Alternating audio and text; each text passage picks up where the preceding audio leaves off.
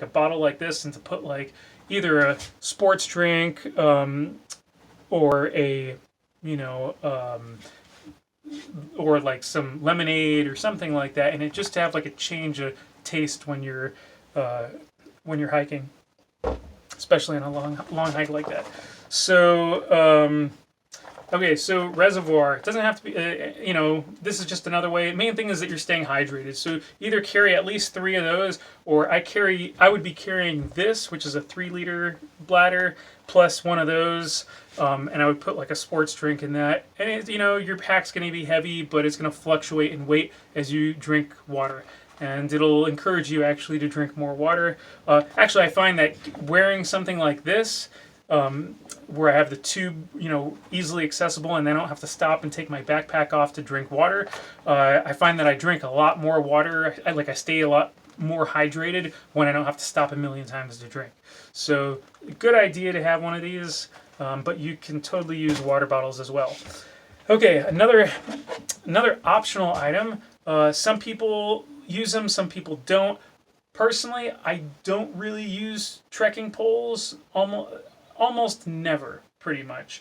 The only times that I personally like to use trekking poles are either if I'm in the snow, or if I'm doing a lot of like river crossings, or if I'm like wading through rivers, or if I'm in like severely muddy, peanut butter slide conditions. Then these trekking poles, I find them to be very, very, very helpful.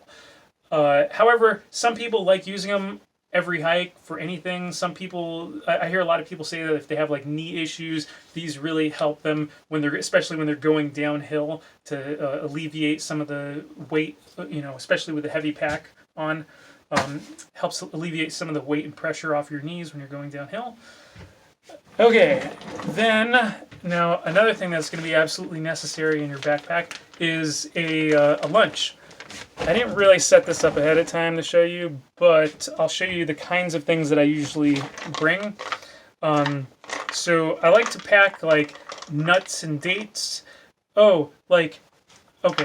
So another thing that's good that I don't have here is like if you like think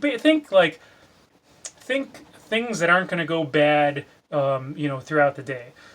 So like I guess you know what, you can pack whatever you want for lunch. These are the kinds of things that I would pack though: nuts and dates, some like rice crackers and stuff. I keep them in these like old, nut butter jars. I like bringing like fruits, like apples and like mandarin oranges and such. If you do want like produce, like vegetables and stuff like that, what I'd recommend bringing is like things that are gonna, survive in your backpack. Cucumbers work well, but they do, all these like fruit items, they do have like, they carry water weight. So if you're trying to go lighter weight on a hike like this, think of like dry fruit and stuff like that. Jerky is a good option as well. Or if you want to go dairy, you can do like cheese. Cheese will last through the day. You'll be fine. It's not going to go off on a hike like this.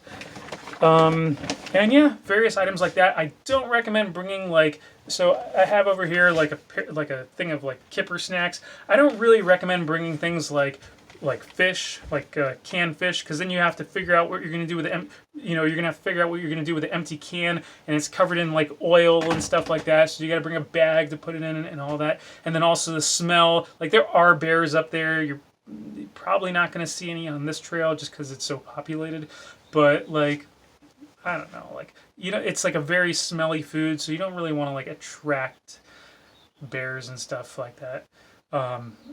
And I'm pretty sure that I've covered everything I wanted to cover. If you have any questions, let me know. And thanks for watching.